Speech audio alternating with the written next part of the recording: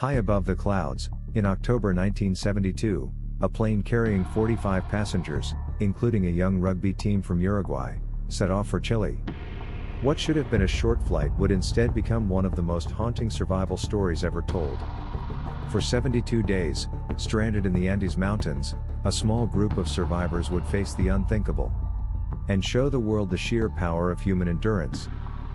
On October 13, 1972, Uruguayan Air Force Flight 571 flew into the jagged spine of the Andes. The pilots, disoriented by the weather and the mountainous terrain, believed they were closer to Chile than they actually were. At 3:34 p.m., the plane clipped a ridge and tore apart. The fuselage skidded across the ice before coming to rest on a remote glacier. 12 people died instantly. Dozens more were injured. The survivors, most of them young athletes, now faced a brutal reality: stranded, wounded, and lost at nearly 12,000 feet, with no way to call for help. The survivors faced freezing nights where temperatures plunged below zero. They had little food, only a few chocolate bars, some wine, and scraps of luggage supplies.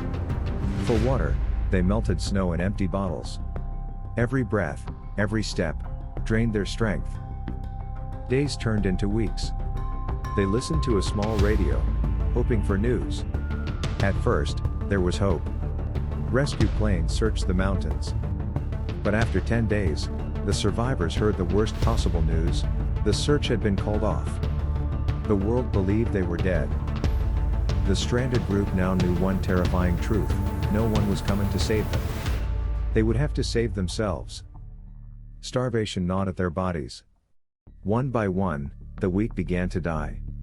Desperation forced the survivors to confront an unimaginable choice.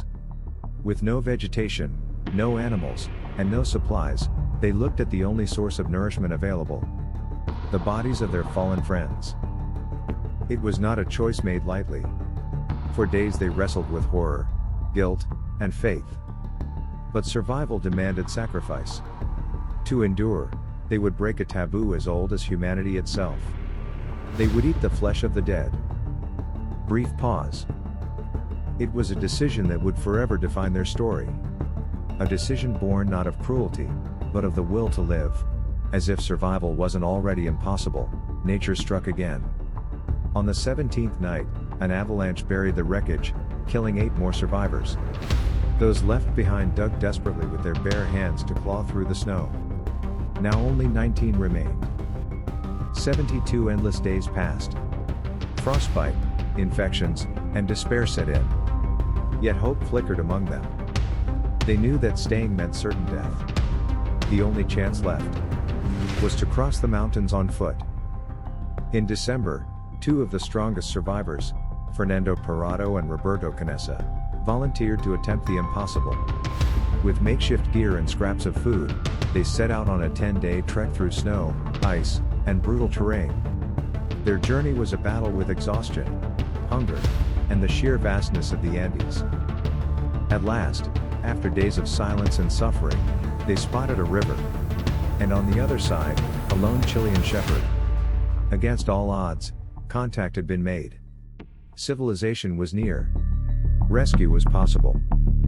On December 23, 72 days after the crash, helicopters reached the glacier. 16 survivors were pulled from the jaws of death. Their ordeal shocked the world, sparking headlines, debates, and films. Yet, beyond the controversy, the story of Flight 571 stands as one of the greatest testaments to human resilience ever told. In the end, it was not just survival of the body, but survival of hope, courage, and the will to live. Against all odds, they endured the Andes. Like and subscribe for more.